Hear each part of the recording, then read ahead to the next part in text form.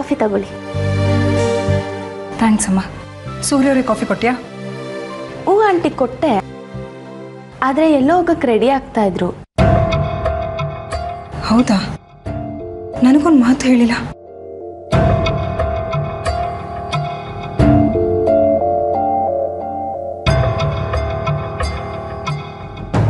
ಸೂರ್ಯವ್ರೆ, ಎಲ್ಲಿಗೆ ಹೋಗ್ತಾ ಇದ್ದೀರಾ?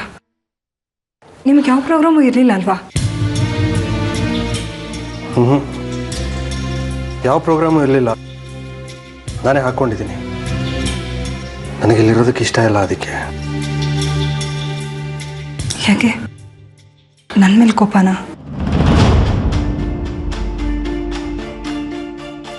ನಿಮ್ಮ ಮೇಲೆ ನನಗೆ ಯಾವ ಕೋಪನೂ ಇಲ್ಲ, ಯಾವ ಬೇಸರನೂ ಇಲ್ಲ. ನನ್ನ ಬಗ್ಗೆ ನನಗೆ ಬೇಜಾರು ಅಷ್ಟೇ. ಅದ್ಯಾಕೆ ಈ ರೀತಿ ವಿಚಿತ್ರವಾಗಿ ಮಾತಾಡ್ತಾ ಇದ್ದೀರಾ? ಏನಾಯ್ತೀಗ? ಏನೂ ಆಗಿಲ್ಲ. ಮುಂದೆ ಏನೂ ಆಗಬಾರ್ದು ಅನ್ನೋ ಮುನ್ನೆಚ್ಚರಿಕೆ. ನನಗೆ ನಿಮ್ಮ ಮಾತೇ ಅರ್ಥ ಆಗ್ತಾ ಇಲ್ಲ. ಅದೇನು ಅಂತ ಬಿಡಿಸಿ ಹೇಳಿ. ನಾಳೆ ಆದಿತ್ಯನ ಮದುವೆ ಇದೆಯಲ್ವಾ? ನಾನು ಇಲ್ಲೇ ಇದ್ರೆ, ಅವನು ಕರೀದೇ ಇದ್ರು ನಾನು ಬರಬೇಕು ಅಂತ ಅನ್ಸುತ್ತೆ. ನಾನು ಅಲ್ಲಿಗೆ ಬಂದರೆ ನಿಮಗೆ ಗೊತ್ತಲ್ಲ, ನಾನು ಅವಮಾನ ಮಾಡ್ತಾನೆ, ನನ್ನನ್ನು ಬಾಯಿಗೆ ಬಂದಾಗ ಬೈತಾನೆ. ಅದರಿಂದ ನನಗೂ ಬೇಜಾರಾಗುತ್ತೆ, ನಿಮಗೂ ಬೇಜಾರಾಗುತ್ತೆ. ಅದಕ್ಕೆ ಇದನ್ನು ಅವಾಯ್ಡ್ ಮಾಡಬೇಕು ಅಂತ ನಾಳೆ ಒಂದಿನ ಈ ಊರಲ್ಲೇ ಇರಬಾರ್ದು ಅಂತ ಡಿಸೈಡ್ ಮಾಡಿದ್ದೀನಿ.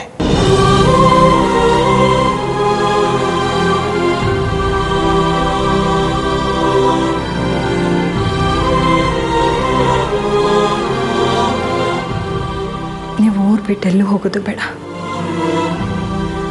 ನಾನಿಲ್ಲಿರೋದಕ್ಕಾಗಲ್ಲ. ಇಲ್ಲಿರೋಕ್ಕಾಗ್ತಿದ್ರೇನಂತೆ? ಮದುವೆಗೆ ಬನ್ನಿ. ಕರೆದಿಲ್ವಲ್ಲ? ಕರೀತಾನೆ. ಆದಿತ್ಯನ ಹತ್ರ ನಾನು ಮಾತಾಡ್ತೀನಿ. ಪ್ಲೀಸ್ ಬೇಡ ಆರ್ತಿಯವ್ರೆ.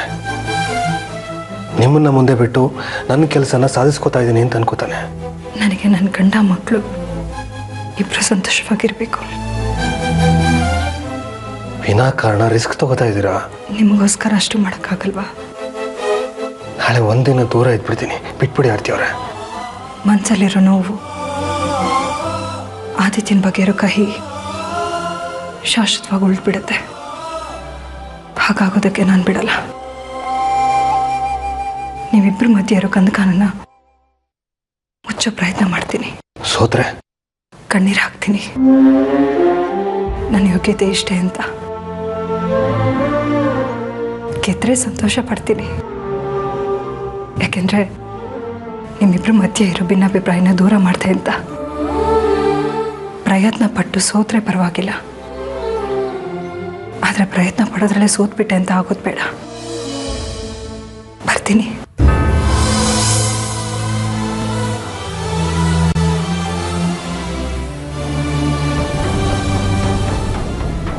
ನೀವು ಮದುವೆಗೆ ಬಂದೇ ಬರ್ತೀರಾ, ಕರೆಯೋಲೆ ಬಂದೇ ಬರುತ್ತೆ.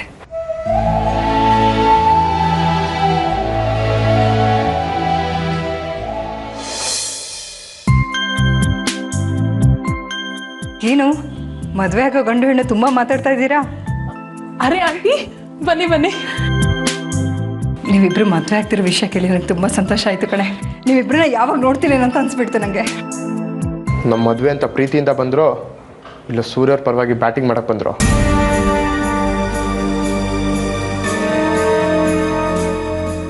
ಇದ್ಯಾಕೋ ಆದಿತ್ಯ, ನಿಮ್ಮ ತಾಯಿ ಬಗ್ಗೆ ಹೀಗೆಲ್ಲ ಮಾತಾಡ್ತಾ ಇದೆಯಾ?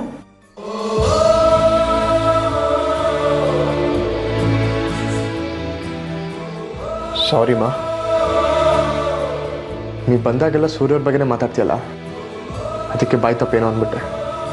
ಸಾರಿ. ಪರವಾಗಿಲ್ಲ ಬಿಡು.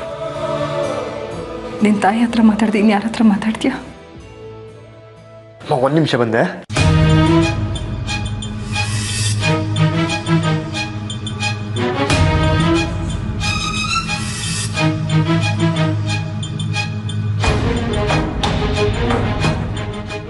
ಅಮ್ಮ ನಿರೋಷಗಂತ ಸೀರೆ ತಂದಿದ್ದೀನಿ, ಹೇಗಿದೆ ಹೇಳಿ?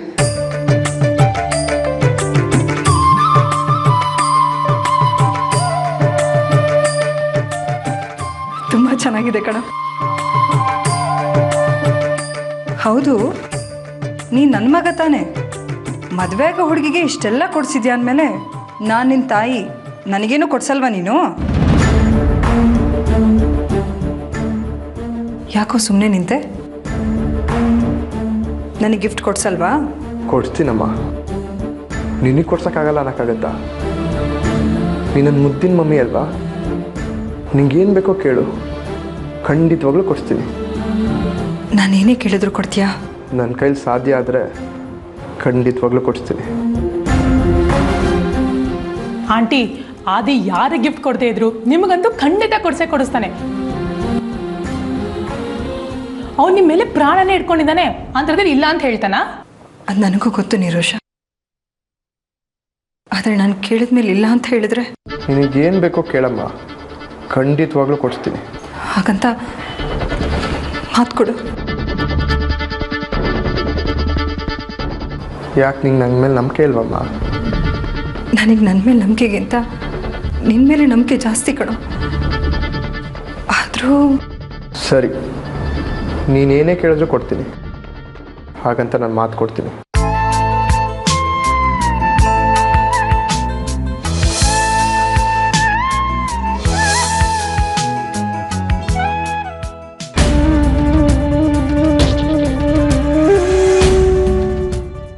ಅದೇನು ಬೇಕೋ ಕೇಳಮ್ಮ, ಯಾಕಿಷ್ಟು ಯೋಚನೆ ಮಾಡ್ತಿದ್ಯಾ?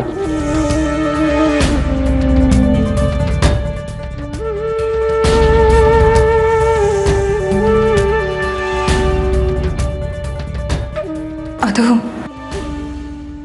ಹೇಗೆ ಕೇಳಬೇಕು ಅಂತ ಯೋಚನೆ ಮಾಡ್ತಾ ಇದ್ದೀರಿ. ನೀನು ನನ್ನ ತಾಯಿ, ಮಗನ ಹತ್ರ ಕೇಳೋಕ್ಕೆ ಯೋಚನೆ ಮಾಡಬೇಕಾ?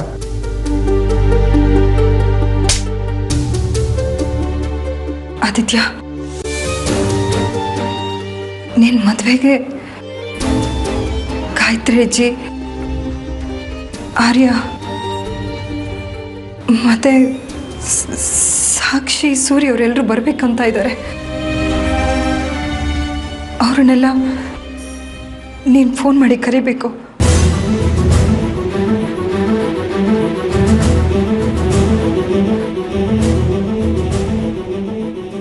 ಇದೇ ನಾನು ಮದುವೆ ಕೇಳ್ತಾರೆ ಗಿಫ್ಟ್ ಕಣೋ, ದಯವಿಟ್ಟು ಇಲ್ಲ ಅಂತ ಹೇಳಬೇಡ. ನನಗೆ ಗೊತ್ತಿತ್ತಮ್ಮ, ಚೆನ್ನಾಗಿ ಗೊತ್ತಿತ್ತು.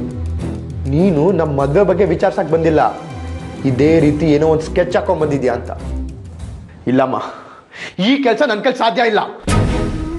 ಅದಕ್ಕೆ ಏನು ಅಂತ ಹೇಳ್ತಿದ್ಯೋ? ನೀನು ನಿಮ್ಮ ತಾಯಿಗೆ ಮಾತು ಕೊಟ್ಟಿದ್ಯಾ ಕಣೋ, ಅದನ್ನ ಅಷ್ಟು ಬೇಗ ಮರ್ತ್ಬಿಟ್ಯಾ? ನಾನು ಯಾವುದನ್ನು ಮರ್ತಿಲ್ಲ ನಿರೋಷ.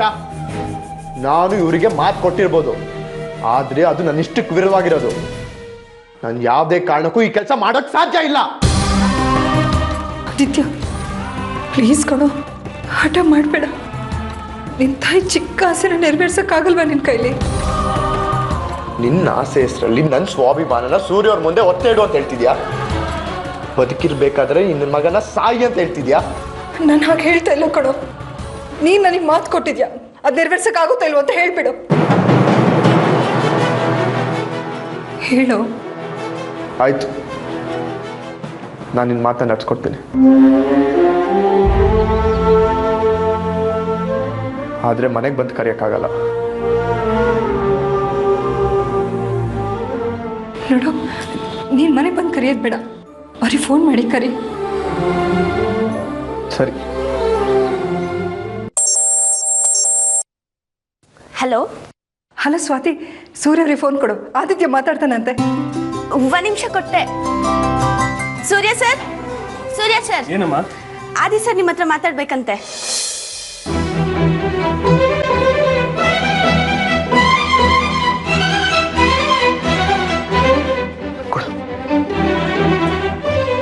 ಹಲೋ ಸೂರ್ಯರೇ, ಆದಿತ್ಯ ನಿಮ್ಮ ಹತ್ರ ಮಾತಾಡ್ಬೇಕಂತೆ. ಹಾಂ, ಕೊಡಿ. ತಗೊಳ ಆದಿ, ಸೂರ್ಯರು ಲೈನಲ್ಲಿದ್ದಾರೆ. ಹಾಗೆ ಅಜ್ಜಿ ಆರ್ಯನು ಕರೆದ್ಬಿಡು, ಮಾತಾಡು.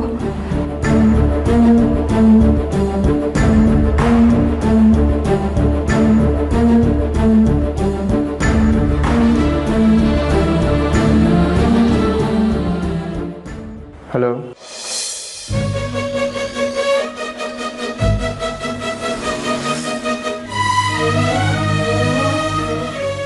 ಹೇಗಿದೆ ಅದೇ? ಚೆನ್ನಾಗಿದೆ. ನಾಳೆ ದೇವಸ್ಥಾನದಲ್ಲಿ ನನ್ನ ಮದುವೆ, ನೀವು ಬರಬೇಕು.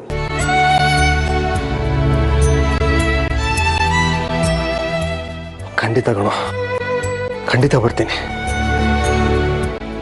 ನೀ ಕರೀದೇ ಇದ್ರು ಬರಬೇಕು ಅಂತ ಅನ್ಕೊಂಡಿದ್ದೆ. ನಿನಗೆಲ್ಲಿ ಬೇಜಾರಾಗುತ್ತೋ ಅಂತ ಯೋಚನೆ ಆಗಿತ್ತು. ನೀನು ಕರೆದಿಯಲ್ಲ, ಎಷ್ಟು ಸಂತೋಷ ಆಗ್ತಿದೆ ಗೊತ್ತಾ. ಥ್ಯಾಂಕ್ಸ್ ಕಣೋ ಇನ್ವೈಟ್ ಮಾಡಿದ್ದಕ್ಕೆ. ಖಂಡಿತ ಬರ್ತೀನಿ. ಹಳೆದನ್ನೆಲ್ಲ ಮರ್ತಿದ್ಯಲ್ವಾ? ಆರ್ಯ ಆದ್ರೆ ಕೊಡ್ತೀರಾ? ಆರ್ಯ, ಆದಿ ಫೋನ್ ಮಾಡಿದ್ದಾನೆ. ಆರ್ಯ ಮಾತಾಡ್ಬೇಕಂತ.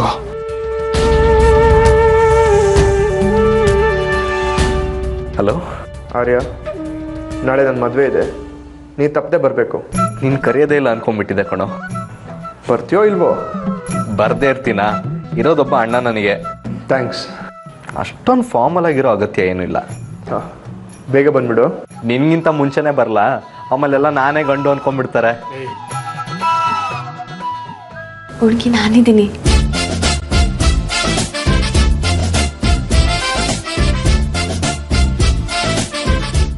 ಬರ್ತೀನಿ ಕಣೋ, ಡೆಫಿನೆಟ್ಲಿ.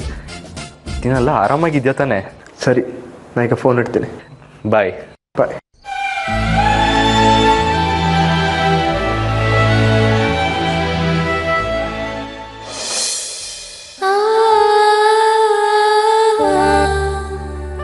ದೇವ್ರೆ, ಯಾಕೆ ನನಗೆ ಮೇಲಿನ ಮೇಲೆ ಕಷ್ಟ ಕೊಡ್ತಾನೆ ಇದೆಯಾ? ನಾನೇನ್ ತಪ್ಪು ಮಾಡಿದ್ದೀನಿ? ಎಲ್ರೂ ಚೆನ್ನಾಗಿರ್ಬೇಕು ಅಂತ ಬಯಸೋದೆ ತಪ್ಪ? ಸಮಾಧಾನ ಮಾಡ್ಕೋ ಸಾಕ್ಷಿ. ಒಳ್ಳೆಯವರಿಗೆ ಕಾಲ ಇಲ್ಲ ಅನ್ಸುತ್ತೆ. ನೀನೇನು ಯೋಚನೆ ಮಾಡ್ಬೇಡ, ಇವತ್ತಲ್ಲ ನಾಳೆ ಒಳ್ಳೇದಾಗೇ ಆಗುತ್ತೆ. ಏನ್ ಒಳ್ಳೇದಾಗುತ್ತೋ ಭಯ ಆಗ್ತಾ ಇದೆ. ಸಾಕ್ಷಿ, ಮನುಷ್ಯ ತುಂಬಾ ಆಸೆ ಪಟ್ಟಷ್ಟು ಅವನಿಗೆ ಕಷ್ಟಗಳು ಜಾಸ್ತಿ ಆಗ್ತಾ ಹೋಗುತ್ತೆ. ನಾವ್ ಯಾರಿಗಾದ್ರೂ ಒಳ್ಳೇದ್ ಮಾಡಿದ್ರೆ ಅದ್ ಕತ್ತಿ ತರ ನಮ್ಮ ಬೆನ್ನಿಗೆ ಚುಚ್ಚುತ್ತೆ. ಇದು ಒಳ್ಳೆಯವ್ರಿಗೆ ಕಾಲ ಅಲ್ಲಮ್ಮ, ಕೆಟ್ಟವ್ರಿಗೆ ಕಾಲ. ನಾನು ಮಾವನ ಮನೆಗೆ ಹೋಗಿರೋ ವಿಷಯನ ಯಾರಿಗೂ ಹೇಳಿರ್ಲಿಲ್ಲ. ಆ ವಿಷಯ ಯಾರಿಗೂ ಗೊತ್ತೂ ಇರ್ಲಿಲ್ಲ. ರಂಜಿತಕ್ಕೆ ಯಾರು ಹೇಳಿದ್ರು? ಯಾರ್ಯಾಕೆ ಹೇಳಿರ್ತಾರೆ ಸಾಕ್ಷಿ? ನೀನು ಚಿದಂಬರಂ ಮನೆಗೆ ಹೋಗಿದ್ದನ್ನ ರಂಜಿತ್ ಅಕಸ್ಮಾತ್ ನೋಡಿರ್ಬೋದು, ಅಥವಾ ಚಿದಂಬರಮ್ಮೇ ರಂಜಿತ್ಗೆ ಫೋನ್ ಮಾಡಿ ಕೂಡ ಹೇಳಿರ್ಬೋದಲ್ವಾ? ನಾನೆಂತ ತಪ್ಪು ಮಾಡಿದೆ? ನಾನು ಮಾವಕ್ಕೆ ಹೇಳಬೇಕಿತ್ತು, ನಾನು ಬಂದಿದ್ದ ವಿಷಯನ ರಂಜಿತ್ಗೆ ಹೇಳಬೇಡಿ ಅಂತ. ಹೇಳಿದ್ರಲ್ಲಿ ತಪ್ಪೇನೂ ಇಲ್ಲ ಸಾಕ್ಷಿ. ರಂಜಿತ್ತು ನಿನ್ನ ಅರ್ಥ ಮಾಡ್ಕೊಂಡಿದ್ದು ತಪ್ಪು. ನೀನು ಎಲ್ಲರಿಗೂ ಒಳ್ಳೇದಾಗ್ಲಿ ಅಂತ ತಾನೇ ಹೋಗಿದ್ದು, ಅದ್ರಲ್ಲಿ ತಪ್ಪೇನಿದೆ? ಇವತ್ತಲ್ಲ ನಾಳೆ ನೀನು ಮಾಡಿದ್ದು ತಪ್ಪಲ್ಲ ಸರಿ ಅಂತ ರಂಜಿತ್ ಅರ್ಥ ಮಾಡ್ಕೊಂಡ್ರೆ ಸಾಕು.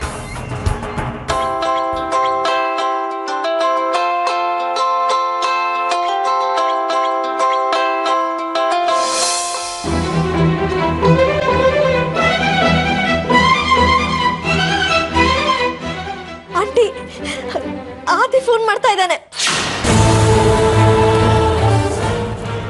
ಏನು? ಆದಿತ್ಯ ಫೋನ್ ಮಾಡಿದಾನ? ಹೌದು, ಆದಿನೇ ಫೋನ್ ಮಾಡ್ತಾ ಇದ್ದಾನೆ. ನನಗಂತೂ ನಂಬಕ್ಕೆ ಆಗ್ತಾ ಇಲ್ಲ. ಮಾತಾಡ್ಕೊಂಡು ಬರ್ತೀನಿ.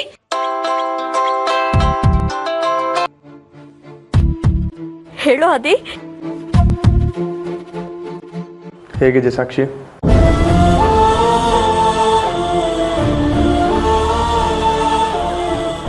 ನಾನ್ ಚೆನ್ನಾಗಿದ್ದೀನಿ ಕಣೋ. ನೀನ್ ಹೇಗಿದ್ಯೋ ಆದಿತ್ಯ? ಚೆನ್ನಾಗಿದೆ.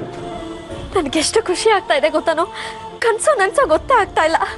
ನಿನ್ನ ಹತ್ರ ಮಾತಾಡ್ತಿದ್ರೆ ನನ್ ಕಷ್ಟ ನೋವು ಎಲ್ಲ ಮರ್ತು ಹೋಗುತ್ತೆ. ಅಂತೂ ಇಷ್ಟು ದಿನಕ್ಕಾದ್ರೂ ಈ ತಂಗಿನ ನೆನಪು ಮಾಡ್ಕೊಂಡು ಕಾಲ್ ಮಾಡಿದ್ಯಲ್ಲ, ನನ್ಗಷ್ಟೇ ಸಾಕು. ನಾಳೆ ನನ್ನ ನಿರೋಷನ್ ಮದುವೆ. ನೀನು ನಿನ್ನ ಗಂಡ ಇಬ್ಬರು ಬರಬೇಕು.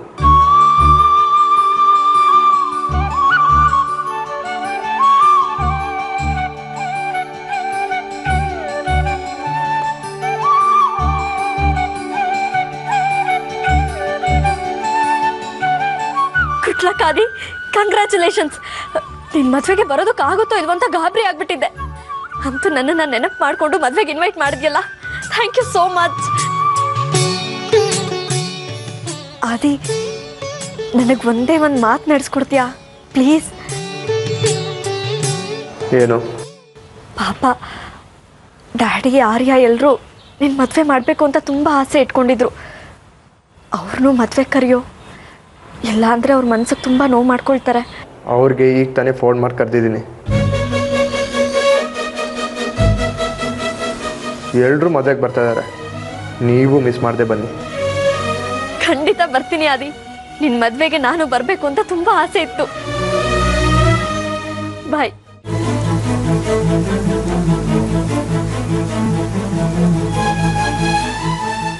ಆಂಟಿ, ಸಾಕ್ಷಿ, ಏನಾಯ್ತು ಸಾಕ್ಷಿ? ನನಗೆ ಎಷ್ಟು ಖುಷಿ ಆಗ್ತಾ ಇದೆ ಗೊತ್ತಾ? ಆದಿ ಅವನಾಗ ಅವನೇ ಫೋನ್ ಮಾಡಿ ನೀನು ರಂಜಿತ್ ಇಬ್ರು ಮದ್ವೆಗೆ ಬರ್ಬೇಕು ಅಂತ ಹೇಳ್ದ. ಆ ದೇವರಿಗೆ ನನ್ನ ಪ್ರಾರ್ಥನೆ ಸಲ್ಲಿಸ್ತು ಅನ್ಸುತ್ತೆ, ಅದಕ್ಕೆ ಅವನಾಗ ಅವನೇ ನನಗೆ ಫೋನ್ ಮಾಡಿದ್ದ. ದೇವ್ರೆ, ಕೊನೆಗೂ ನನ್ನ ಪ್ರಾರ್ಥನೆ ಸಲ್ಲಿಸ್ಕೊಂಡಿಯಲ್ಲ, ನಿನಗೆ ಎಷ್ಟು ಥ್ಯಾಂಕ್ಸ್ ಹೇಳಿದ್ರು ಸಾಕಾಗ್ತಾ ಇಲ್ಲ. ಇದೇನಿದು ಹೀಗಾಯ್ತು? ಎಲ್ಲರೂ ಕಿತ್ತಾಡ್ಕೊಂಡು ದಿಕ್ಕಾಪಾಲಾಗಿ ಹೋಗ್ತಾರೆ ಅಂತ ನಾನು ಸಂತೋಷ ಪಡ್ತಿದ್ರೆ ನನ್ನ ಕನಸಿಗೆ ಬೆಂಕಿ ಬೀಳೋ ಹಾಗಾಗ್ತಿದೆ. ಮತ್ತೆ ಇವರೆಲ್ಲ ಒಂದಾಗೋ ಹಾಗೆ ಕಾಣುತ್ತೆ. ನಾನು ಹಚ್ಚಿದ ಬೆಂಕಿ ಅದು ಹೇಗೆ ಆರೋಗೋದಕ್ಕೆ ಸಾಧ್ಯ? ಇಲ್ಲ, ಆ ಬೆಂಕಿ ಆರೋದಕ್ಕೆ ನಾನು ಬಿಡಲ್ಲ. ಬೇರೆ ಏನಾದರೂ ಪ್ಲ್ಯಾನ್ ಮಾಡಲೇಬೇಕು.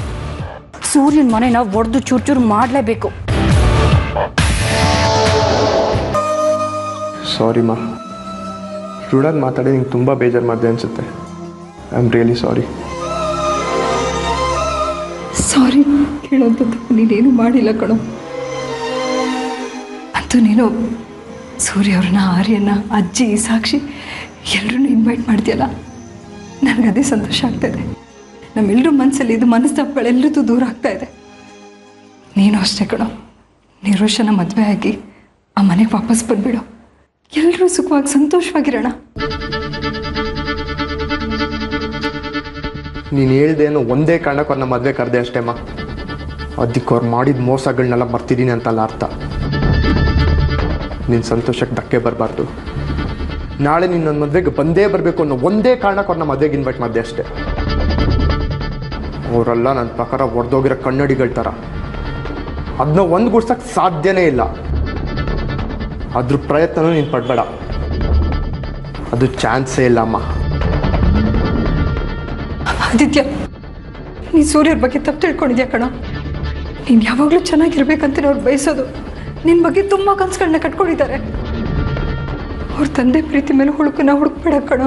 ನನಗೆ ದುಡ್ಡು ಕೊಟ್ಟು ಬಿಸ್ನೆಸ್ ಮಾಡು, ಜೀವನದಲ್ಲಿ ಮುಂದೆ ಬಾ ಅಂತ ಹೇಳಿದಾಗ ಅವ್ರಿಗೆ ನನ್ನ ಮೇಲೆ ಎಷ್ಟು ಪ್ರೀತಿ ಇದೆ. ನನಗೆ ತಂದೆಯಲ್ಲಿದ್ದ ಕೊರಗು ನಾನು ನೀಗಿಸಿದರೆ ಅಂತ ನಾನು ಅಂದ್ಕೊಂಡಿದ್ದೆ. ಆದರೆ ಅವ್ರ ಪ್ರೀತಿ ಕುರುಡು ಪ್ರೀತಿ ಅಂತ ಗೊತ್ತಾಗಿದ್ದೆ ಆರಿನ ಕಳಿಸಿ ದುಡ್ಡು ಕೇಳಿದಾಗ. ಇಲ್ಲ ಕಣೋ ಆದಿತ್ಯ, ಅವ್ರು ಹಾಗೆ ಹೇಳಿಲ್ಲ. ನಿನ್ಗೆ ಗೊತ್ತಿರೋ ಹಾಗೆ ಅವ್ರು ನನಗೆ ದುಡ್ಡು ಕೊಡೋ ಥರ ಆ್ಯಕ್ಟ್ ಮಾಡಿ ಹಿಂದೆನೇ ಆರ್ಯನ್ ಕಳಿಸಿದ್ರಲ್ಲ, ಅದು ಗೊತ್ತಿಲ್ವಮ್ಮ ನಿನಗೆ? ಆದಿತ್ಯ, ಅವ್ರು ಬೇಕು ಅಂತ ಅಂತಾನೇ ಮಾಡಿದ್ದು. ನನಗೆಲ್ಲರ ಮುಂದೆ ಅವಮಾನ ಆಗಲಿ, ಸಮಾಜದಲ್ಲಿ ನಾನು ತಲೆ ಎತ್ಕೊಂಡು ಬಾಳ್ದೇ ಇರಲಿ, ಅವ್ರು ಹೇಳ್ದಾಗ ನಾನು ಕೇಳ್ಕೊಂಡಿರಲಿ ಅಂತಾನೆ ಅವ್ರು ಮಾಡಿದ್ದು. ಅದು ನಿನಗೆ ಅರ್ಥ ಆಗಲಿಲ್ಲ. ಆದರೆ ಅವ್ರ ಗಿಮಿಕ್ಸ್ಗಳೆಲ್ಲ ನಾನು ಚೆನ್ನಾಗಿ ಅರ್ಥ ಮಾಡ್ಕೊಂಡಿದ್ದೀನಮ್ಮ.